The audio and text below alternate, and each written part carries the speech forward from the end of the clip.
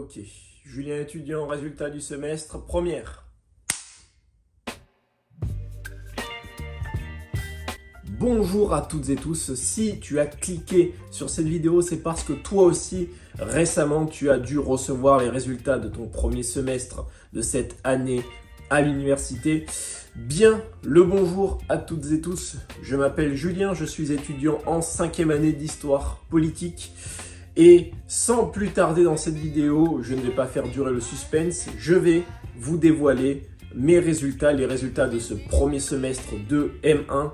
Donc, installe-toi confortablement, prends une boisson chaude et sans plus attendre, c'est parti pour la vidéo. Est-ce que j'ai eu mon semestre? Oui ou non? Oui, j'ai eu mon premier semestre de M1 avec 13,51 de moyenne générale, donc mention assez bien.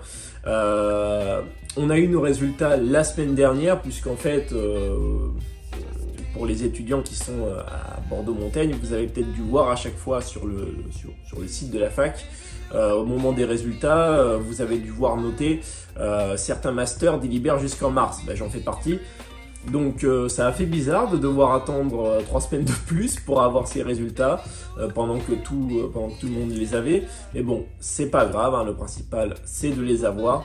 Donc on est sur un semestre validé et globalement en master, les moyennes sont plutôt positives, hein, il y a très peu d'ajournés, pas de défaillants, enfin du moins dans ma promotion, donc après je ne sais pas pour le reste. Mais voilà, c'est une page qui se tourne, hein. Le premier semestre est passé, on est déjà à la fin du mois de mars. Donc si tu as envie de donner tes résultats, hein, si tu as envie de dire si oui ou non tu as été ajourné, alors n'hésite pas à te rendre dans l'espace commentaire. C'est avec plaisir que l'on débattra, toujours dans la bienveillance, hein, bien entendu. Le but, hein, c'est d'être bienveillant, hein, tout simplement. Le but, c'est d'échanger dans la bienveillance. J'aime beaucoup ce mot, bienveillance. Et pour ce qui est des notes, on a eu trois partiels. Donc, je vais commencer du plus bas au plus haut, puisque le but, c'est de donner ces notes et pas seulement les notes qui nous arrangent. Donc, on a eu 3 partiels au mois de janvier. Donc, on a eu un écrit de 4 heures, un oral et un QCM. Donc le QCM, c'était sur une UE qui s'appelle méthodologie de la recherche. J'ai eu 8,69 à ce QCM. Je vais être honnête avec vous. Certes, les questions étaient assez pointilleuses, c'était pas simple, mais c'est pas ce que j'ai le plus révisé, honnêtement. J'ai quasiment pas taffé là-dessus. Pour être honnête avec vous, j'ai surtout taffé l'écrit et l'oral, hein, puisque c'était les 2 plus gros coefs ce semestre. Donc j'ai eu 8,59, quelque part, 8,69 pardon, quelque part j'ai sauvé les meubles. Voilà, j'ai sauvé les meubles, hein, ça aurait pu être pire, mais ça aurait pu être mieux. Je suis pas non plus fier de cette note, hein, mais surtout pour quelqu'un qui a fait une vidéo il y a 3 semaines de ça, pour vous dire de ne pas négliger les petits coefs. Bref, note suivante. Oral cette fois-ci, donc on était évalué sur l'UE, parti, faction et réseau politique. Donc il y avait 2 périodes, moderne et contemporaine. Et moi, j'ai été évalué sur l'époque contemporaine avec comme sujet l'historiographie partidaire en France au XXe siècle. Oui, ça fait bizarre quand on découvre le sujet, hein, quand on pioche, quand on découvre le sujet. Personnellement, à ce moment-là, je me suis dit, waouh, j'ai des choses à dire, mais j'ai 10 minutes de préparation, merde. Comment je me suis dit, mais comment je vais faire pour faire un truc qui tient la route et surtout pour pas me taper une caisse, quoi, parce que ok, j'ai révisé, mais je m'attendais pas du tout à avoir ce sujet. Surtout qu'en plus, on s'est organisé pour passer et je suis passé dans les derniers, hein, comme un con. Et je voyais au fur et à mesure les sujets qui tombaient. Et mes camarades avaient des sujets que j'aurais bien voulu avoir, hein, pour le coup. Mais bon, me suis lancé, je suis passé, et j'ai eu 15,5. Alors c'est pas de la chance, hein, parce que à ce niveau-là, quand tu arrives en 5e année, et que tu as 15,5 à l'oral en partiel, c'est pas de la chance, hein, c'est surtout du travail, de la méthodologie, de la révision. Et j'ai eu 15,5, mais en même temps, je savais que j'aurais pas une mauvaise note, parce que à la fin de mon oral, ma correctrice, donc la professeure qui m'évalue à l'oral, qui nous évalue à l'oral, m'a dit que c'était bien, que j'avais dit ce que je savais, ce que j'avais à dire, que j'avais développé mes connaissances dans le temps qui m'était imparti. Donc, je savais que j'aurais pas en dessous de 10, je m'attendais peut-être à avoir un 11-12, parce qu'elle attendait quand même des choses assez précises. J'ai été sur des points précis, mais pas suffisamment à mon goût. Mais finalement, j'ai eu 15,5. Ce qui fait que pour l'instant on est kiff-kiff, hein, sur ces 3 notes de partiel, puisque j'ai eu une mauvaise note et une bonne note. Et il reste l'écrit.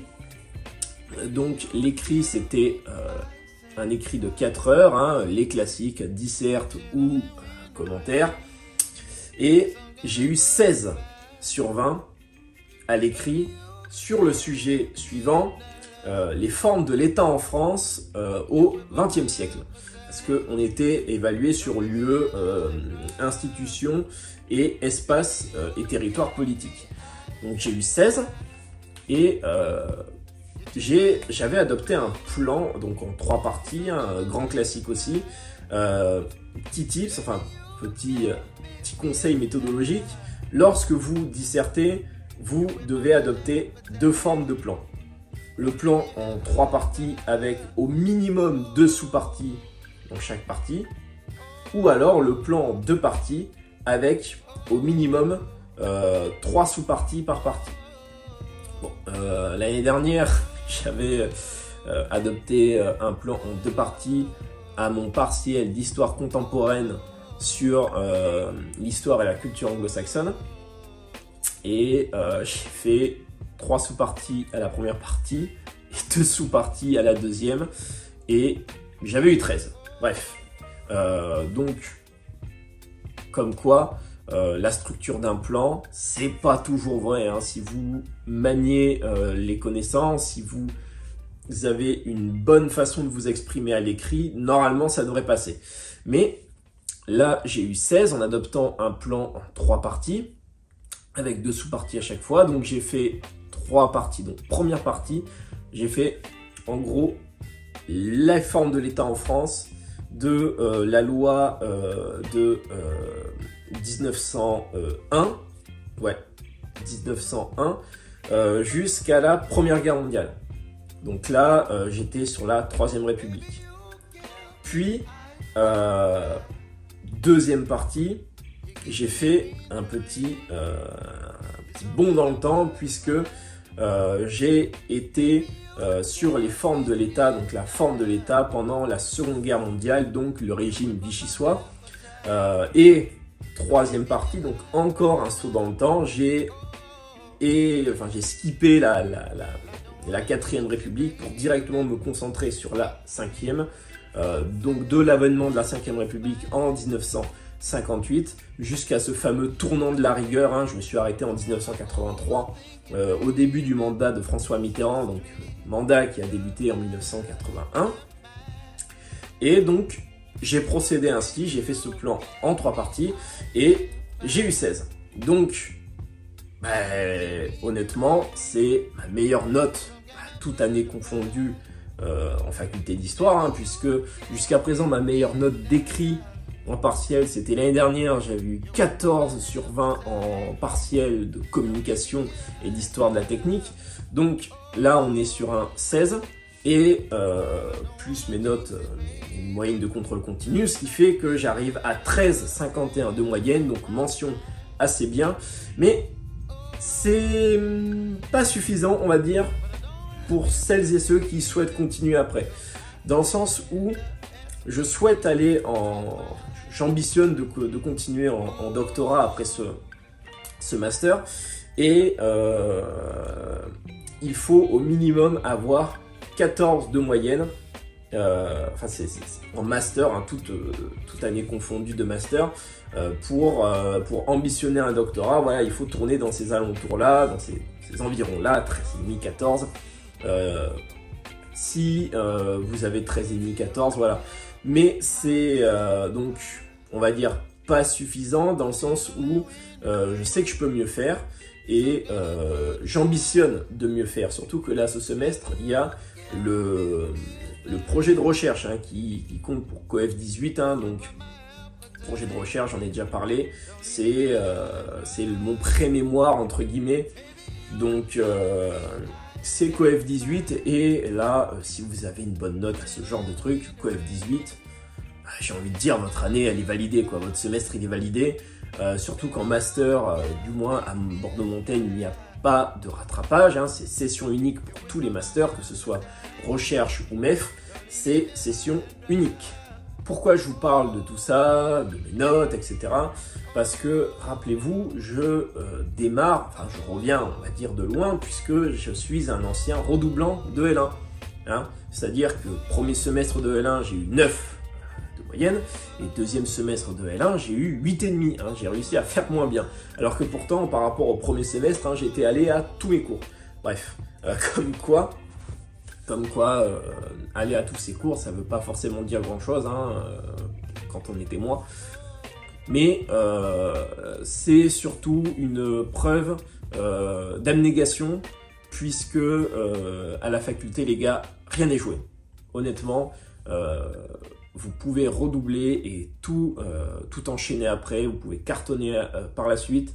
Et je l'ai déjà dit plusieurs fois, valait mieux redoubler, hein, parce que si j'étais passé sur le fil du rasoir en L2, je pense qu'honnêtement je me serais cassé la gueule de suite.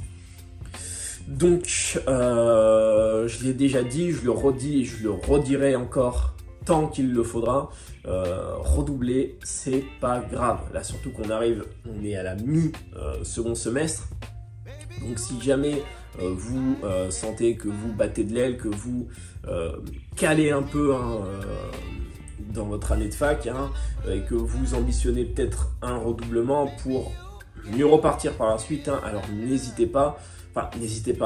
Si vous voyez que vous pouvez tout rattraper et vous en sortir, alors tentez-le. Mais si vraiment vous voyez, comme moi à l'époque, que vous pédalez dans la semoule, j'ai envie de dire, alors franchement, le redoublement, ce sera la meilleure option. Et puis quand on redouble, on fait des rencontres. Redoubler, ça peut être quelque chose d'incroyable, hein. Vous pouvez faire de nouvelles rencontres, nouer de nouvelles amitiés, rencontrer de nouvelles personnes. Vous pouvez peut-être comme moi vous découvrir une vraie passion pour la discipline que vous étudiez, hein. Enfin je veux dire, quand je suis arrivé en L1, j'étais dégoûté parce que c'était pas ce que je voulais faire. Tous mes vœux avaient été refusés, surtout qu'en plus c'était la première année de Parcoursup.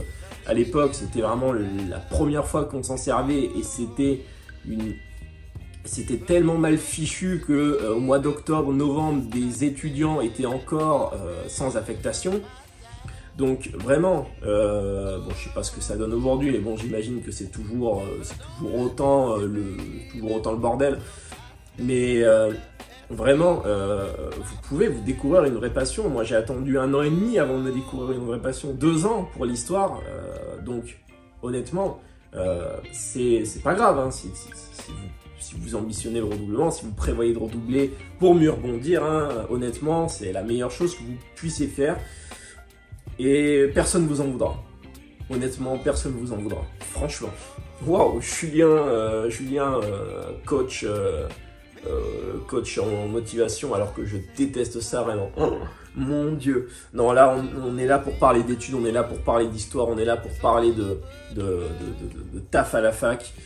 Donc vraiment, n'hésitez encore pas, ça veut rien dire, n'hésitez encore pas. Surtout, n'hésite pas à me partager dans les commentaires si tu en as envie, bien sûr, tes résultats du semestre, est-ce que tu es ajourné, est-ce que tu es admis, si tu as des questions aussi sur l'ajournement, sur la défaillance, sur le redoublement, n'hésite pas à me poser ces questions en commentaire, auquel cas j'ai déjà parlé de ces sujets-là dans plusieurs vidéos depuis le début de ma chaîne. Donc vraiment, n'hésitez pas à venir échanger dans l'espace commentaire, c'est avec plaisir que je vous répondrai. Donc, je crois qu'on est bon.